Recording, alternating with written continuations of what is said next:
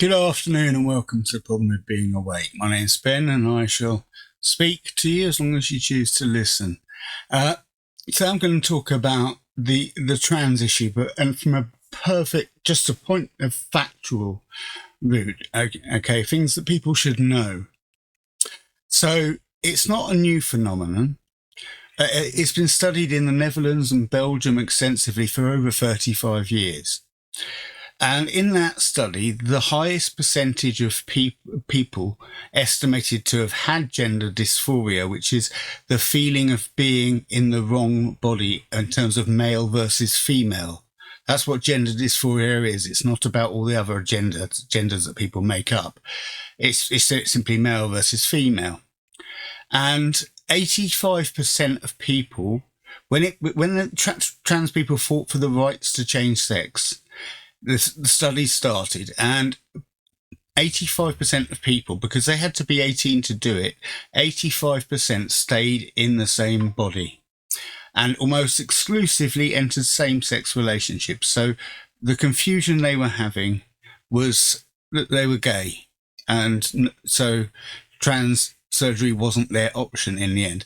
The other 15 were mature adults. They didn't have to take puberty blockers, so they had grown up as they would. So the procedure is much more efficient and effective at that stage. And they made their choices, and I assume that most of them live with their choices quite well. I mean, I point to Blair White, I point to Kate and Jenner as people who've made those choices, who've had the surgery and are living what I see as good lives. And they're both role models. And both of them have expressed one thing, which is that they experience more transphobia now than they ever have in the past. So it's because it's such a big social issue now. And the reason for that is in 2019, with no medical evidence and no revelation, no new study to support it, it declassified it as a mental health disorder. Now, having a mental health disorder is not as big a stigma nearly as it was even 10 years ago or 5 years ago. I have PTSD. I've had it for 22 years. I manage it. It's important that people know that I have it, though, because something could go very wrong on a particular day and it could spin me out of control.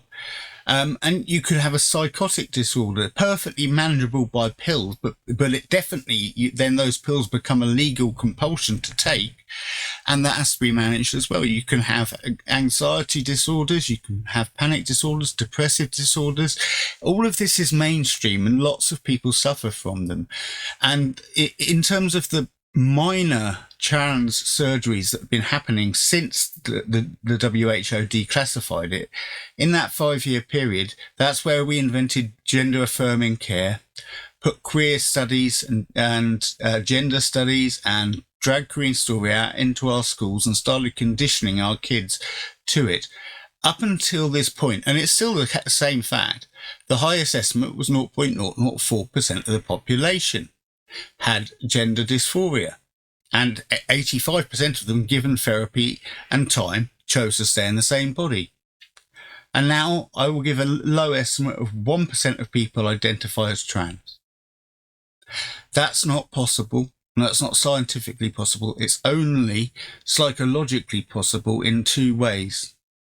One, that the gender dysphoria has been installed, because when you're under 14, 15, 16, your brains are sponges. They just take in the information, they don't question it, and they don't put it into context. They don't realize they're giving away their sexual pleasure forever and giving away their fertility forever. They don't get told that when they're 14 and having puberty blockers, which causes two types of cancer and 3 other fatal conditions and a myriad of bad conditions.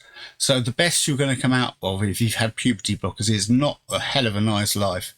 It really isn't. And that's why there's so many detransitioners. And I'd recommend anyone listens to the story of Chloe Cole, because it highlights that the practitioners of this, and this isn't more the gender activists and the gender clinics, suggest to parents, as ad hominem to all parents, that if they don't agree with their child's gender decision at age 13, 14, that child is likely to commit suicide. This is false. The statistical data shows that the most likely time for trans suicide is 2 years after successful surgery. That's 2 years after. There isn't a threat of denying them that they will commit suicide any more, if it might be a minuscule more than any average teenager, because social media has caused teen suicides to go up every time there's a new platform. It goes like that. TikTok's pretty evil, I think.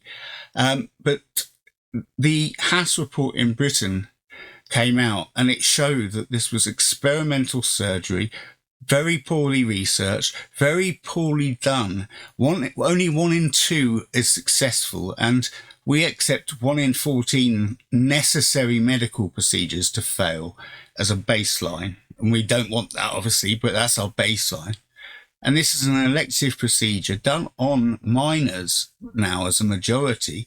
It is minors who are having trans surgery now, and it's harmful to them. The puberty blockers have caused lots of cancer, liver and kidney, and in young people who die of cancer because of the drugs who they give to rapists in prison to sterilize them. It's the same drug exactly. So puberty blockers are sinful and evil. And what else is sinful and evil is an organization called WPATH, the World's Association of Transgender Health. Now, that is an organization that is as crooked and corrupt as they could be.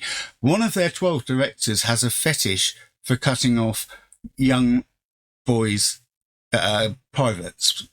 And he's actually allowed to do that because of his job. And there's Michael Schellenberger, you need to find his website to get this, but he, spelled SCHELL, but ENBERGER. It's hard, it's long spelling. But he broke the WPATH files, which shows medical mispractice in 120 pages and in one video, where they forced one of their doctors to do the operation on someone who he thought had a split personality disorder.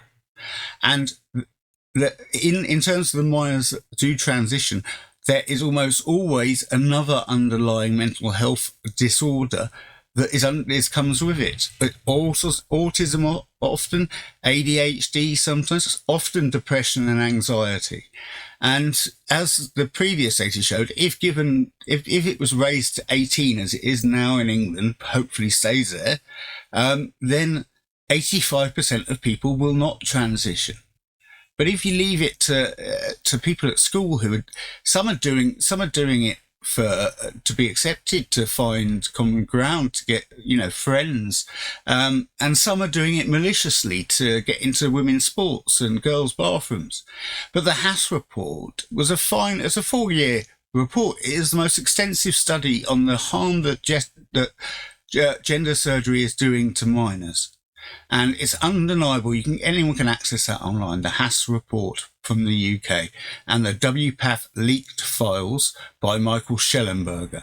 And you can see them for yourself. And I would ask, if you want to end woke and you want to end this new form of transmania, that you look at those things, look at those articles and read up yourself so that you can at least have a clear understanding of what's involved. So I'll leave it there. I believe that was all factual representation, not opinion-based. You be lucky. I'll be good. You think about what I said. Please do leave comments and all the YouTube likes and subscribes if you fancy it. And you be lucky and I'll be good. And I'll see you soon.